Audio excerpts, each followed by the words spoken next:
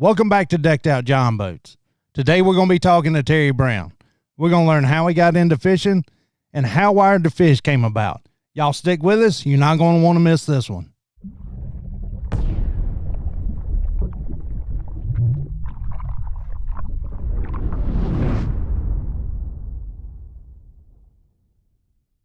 How did you get into fishing? You know, what is your background? I played all kinds of sports and stuff, and then I got too old for that. And I fished my whole life since I was about 4. My dad took me, and I had a bunch of buddies. We'd ride our bikes and go fishing along a creek or whatever. You know, we didn't have a lot of lakes in Illinois, but we had places where we could go. And so I kind of started that way. And then about early 80s, probably 79, 80, something like that, I started fishing a little bit more serious. Got a boat, did some of that. I've had... You know, I'm working on a boat all the time. That's what I do. That's fun. That's, you know, everybody else has hobbies like golf and all that kind of stuff. Well, mine's kind of working on boats. So what I've been doing is that I converted that into, I worked at an insurance company. I worked at State Farm Insurance for about 25 years. And then I helped start Bass Fan, which was I think you've seen bassfan.com. Right. There was 3 of us that did that. And then we sold our part of that. 15 years ago, and then I started Wired2Fish. So that's how I got into fishing. I mean, I've written for Bass Times and, a little bit of Bassmaster, and I've done some television and stuff for ESPN and some of that. But at the end of the day, I just love the sport. That's what it really comes down to. It sounds like a man after my own heart. I grew up, I was a baseball guy. I played baseball all the time. I've been a fisherman since my mom tells the story. She had to take my fishing rod away from me when I was in diapers. She just had a rubber worm tied on the end of my line, and I would stay out there and get so sunburnt that they had to hide my fishing rod to keep me from being out there in the sun. So, what position you play in baseball? I played outfield. I played catcher. Yeah, I played center field.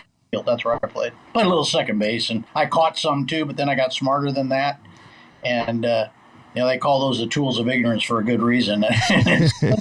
I played center field. That was really where I played. I played a little bit in college, and I had a chance to play a little bit further than that, but I didn't, and it didn't pay enough. It wasn't what I wanted to do, so I've gotten all the crappy jobs you could possibly want to have, and I did all those, and then I worked in insurance for 25 years. So where did the idea of Wired2Fish come from? Well, actually, it was kind of a birth after the Bass Fan thing. Bass Fan, when we sold it, my partners both got non-competes. I did not. So the neat thing about that was I could start something up right away. And I had this idea, at Bass Fan, we were more news-centric. So that was, tournament coverage and pro coverage and all that kind of stuff. Well, I wanted to do something that was more manufacturer-centric. So products and materials and how to use them and all the things that were associated with it. So I was working on it right after I left Bass Fan. And then I met the Glorvigans, Scott and Marty Glorvigan and Todd Hamill, and we kind of got together and had a meeting, and I flew to Minnesota, and they said, hey, what are you thinking about doing? And I told them, and they said, we'd like to be part of it. So Scott and Marty Glorvigan and Todd Hamill were the first three people. And then for about 2 years, it was just Todd and I. And, of course, I didn't keep up with stuff very well because, I was a journalist, but I wasn't a photographer and all the things that go with that. So that's when we decided we needed an editor and somebody like Jason Seelock. So we hired Jason, and then Jason got with Walker Smith, and that's where he came from. We got that going, and then we've got a full video team now of 5 people, and so it's grown pretty significantly. It's the biggest thing out there, and our traffic is just continually growing, and we're always throwing something at the wall, hoping it'll stick. When did you get to go full time in the fishing thing? I know you said you worked in the insurance industry for a while. Were you growing? Back then I don't think we called it social media, but were you growing a following as you were doing the insurance thing and trying to juggle both, or what? How did that all come about? I was in the IT portions of the insurance industry at State Farm. And basically what I did was every day I worked at State Farm, I wanted to be doing something else. It was a job, it was a great job and a really good company, wonderful company. But I knew that God had another plan for me, and it was to be doing what I'm doing today. And it ultimately kind of got started with the fact that I worked so that I could fish. And, there came a day when I had to make a decision. Do I want to be in the fishing business? While I was insurance, I was still writing. I was writing for Bass Times and doing some stuff like that. I was doing a lot of writing then. And so, once I made the decision, I walked in one day. My wife didn't even know I was going to quit. I walked in and said that was it. I had about 300 plus people work for me at State Farm, and just got one day. I just said that was it, and it was scary. I'll be straight with you. It was scary, but I knew in my heart that there was a plan that was leading me. I was being led to do what I'm doing today, and that's where I've always had this saying is that you don't want to follow your passion, but you want to bring it along with you. So it was one of those things where I wanted to do everything I could to get that, and I was young enough then that I knew I was going to make it anyway because I worked hard and I was dedicated to what I did. But I knew I was going to make it. But man, you think about getting in the fishing business when you're doing real well in another job. Right. It's scary. It's kind of scary. And I had 2 kids in college, and it just was there an income at that point from the fishing side, or was it all insurance and you had to figure out how to make it work on the fishing side? Well, you always have to worry about conflict of interest and all that kind of stuff. But I lived it. I mean, when I was at State Farm, everybody knew me as a guy that fished all the time. I fished tournaments and did that kind of stuff, and they knew me as that. And I think it allowed me to be able to be more effective in my job, actually, because I was more personable. I was outgoing. I could talk in front of people. I did presentations. I did all that kind of stuff. But income really started when I decided to go full time with Bass Fan. And when I did that, I changed. I stopped midstream with my State Farm job, and then I was like, okay, now what am I going to do, you crazy idiot? What did you do this for? And then I went full time as the chief sales and marketing officer for Bass Fan, and Scott Laney and I and Jay Kumar put Bass Fan together, and like Doc Talk was one of my things that I thought was important to have. They still have that. I did a radio program there, and I got to live my dream. I mean, I really did. I got to live my dream, and my dream was always, I never wanted to be the expert, although I love to fish and I tournament fish and I compete really strong. I always wanted to talk to the experts. And I always felt like it's kind of self-serving and maybe a little bit pretentious to say you're an expert at anything. So I didn't really want to do that, but I wanted to talk to the people that were. So that's how I got started. I started doing articles for Bass Times, and Matt Vincent, who I just think the world of there, he was the editor of Bass Times at that time. And he said, just write what you feel. Just write what you feel. And it's funny because I had a high school English teacher, Mrs. Kirk, and she said to me, write from your heart. So all the writing you ever see from me, it's more like I talk versus some kind of a style. And my style is, I believe, and I do a column for a local newspaper that's kind of syndicated now, and I do a bunch of other things outside of Wired2Fish, but I want people to see that this is life-changing. It was for me. It was life-changing for me to do what I'm doing. And I think that if we get more kids fishing, I started high school fishing in Illinois. A guy by the name of Dave Ganaway and I started high school fishing in Illinois. And, everybody thought it was the dumbest thing going. But I got kids involved, and now kids are wearing their school colors, and there's all kinds of real good positive benefit. And that was a long time ago now. It's 10 years or so. I did proposals, and I know they went and filed 13 to begin with. But then Dave, who was an executive director at the IHSA, he believed me.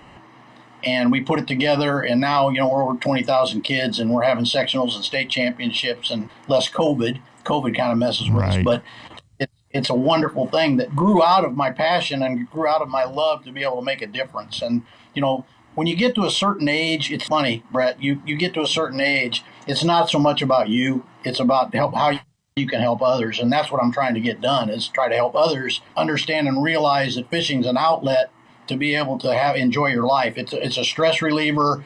It's all those things. But you can go as far as you want to. A kid that maybe is looking at it in the industry, you just got to follow that dream and make sure you work hard. It's effort. It's dedication. It's perseverance. It's all those things, because it isn't going to be given to you. You got to work for it.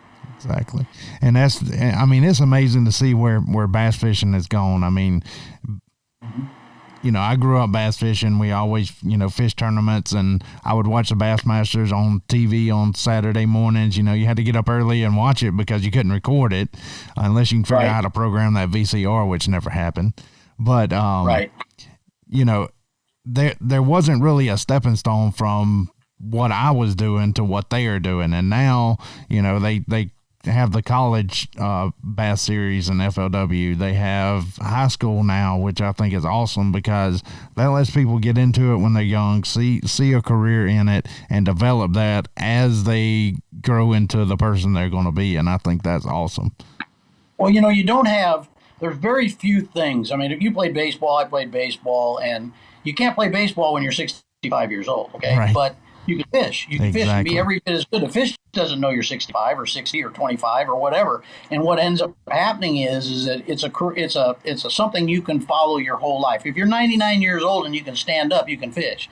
So, you know, or even if you have to sit down, you can still fish. But right. it's something you can do an entire lifetime. And I think that this COVID thing has really changed the dynamic. We got almost 5 million new licenses last year.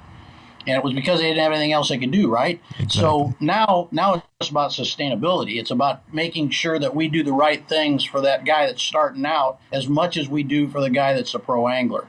You know, you get mixed readings with us at Wired2Fish we do. I mean, I can tell you some people follow pros, some don't. But I can tell you we wouldn't have near what we have if it wasn't a pro angler. And I'm kind of a pro angler-centric guy. I like the pro game. I like watching it. I don't care if it's MLF or BASS or, you know, whatever acronym you throw at it. You know, Johnny Morris just introduced this $1 million tournament, kind of an owner's tournament deal, and that's going to continue to drive this thing. The thing of it is, if you get 5 million new licenses, how many of them are going to stay? So our job, you and me and everybody else, is to be able to grow that business and make it so it's sustainable. You know, your deal with Decked Out Jon Boats, I mean, I think that's the coolest thing ever. There was not a genre of people who did what you did, you know, as soon as 5-10 years ago. Now you've got niche industry people, whether it's you guys or anybody else, that are seeing this as a potential business and seeing it as a way to take an old clunky boat, which I'm in the process of with a 340 Ranger right now, is putting it back together again. I had the first boat I remember doing this with was I had an air-cooled 15-horse engine. It was a Johnson. I had a 12-foot V-bottom boat that I put decks in and did all that, and that's been maybe 30 years ago. So when I see what you guys are doing and how much better, you know, I mean, I put a piece of plywood in the front of it and, you know, did what I did to it. And I went fishing, and it was fine. I had a hand-controlled Shakespeare trolling motor and an old flasher depth finder, and that's what I did. Well, as things have gotten better, and what you're seeing in your website and others is that you can make these things every bit as good as that $100,000 bass boat if you put your time and dedicate yourself to it. Exactly. You know, I've always believed that people are scared to try that. You know, an old boat, you're not as scared as you would be if you had that $100,000 boat. You're not afraid to drill a hole in it or do something like that. You know, hey, let's try it. What the heck am I out? You know, I'm out $1,000. But if you have 100,000 in it, you're a little less susceptible to wanting to drill holes in it and do stuff that we do. But I can tell you that there's a whole niche market now that I believe is probably the most, you know, we got kayak, you got the youth movement, and then you got these guys that are doing what you're doing is you know, taking an old boat and refurbing it. I've gotten to the point in my life, you're going to laugh about this, but I almost would rather work on one than I would fish out of it anymore. I like seeing something start as I always say it, making a silk purse out of a sow's ear. I like seeing something that was a piece of junk turn into something good. Yeah, that's a beautiful thing. And that's really why I started Decked Out Jon Boats. And I'm sure, you know, it was long before I actually started it that I started decking out boats and everything. And my very first boat I bought, well, when I got out of high school, got my first like real job, got a truck. Next thing I bought was a boat, of course. So I bought a 1236 John boat. I decked that thing out with like 3/4 inch marine plywood and 2 pressure treated 2x4s and made a live well out of a plastic tote. And, you know, I had that thing decked out, but it weighed a freaking ton. I mean, but I did all the wrong things for all the right reasons. Right. And so when I started Decked Out Jon Boats, you know, I was really thinking about that. I want to get more people involved in the outdoors, you know, out on the lake, get the most out of their boat, help them learn how to do it the easy way and the correct way. I mean, not that there's a right and wrong way, but just to help them get the most out of their boat and get the most out of their time on the water. That's what Decked Out is really all about. Somebody's looking to follow you and Wired2Fish, how can they do so? Well, you just go to wired2fish.com, but all of our social channels are as bigger than anything else is. Our Facebook page, Wired2Fish Facebook. We have a YouTube channel. We're on Twitter. All the social media channels, and they can just come to wired2fish.com and they can find out where those are at. We like the interaction. One of the things that we tell our customers is that engagement's everything. So on social channels, we want to talk to to the people who are reading what we're talking about, and letting them come in and make their opinions known, and all that kind of stuff on social. And really, what the website's kind of an adjunct to our social media stuff. It really, the social media allows me to be able to talk to you. Well, I have definitely enjoyed this, and I hope that we will, stay in touch. And if you ever have an idea for another video, something that we need to talk about, I'll be more than happy to jump back on and talk about whatever anytime you want to.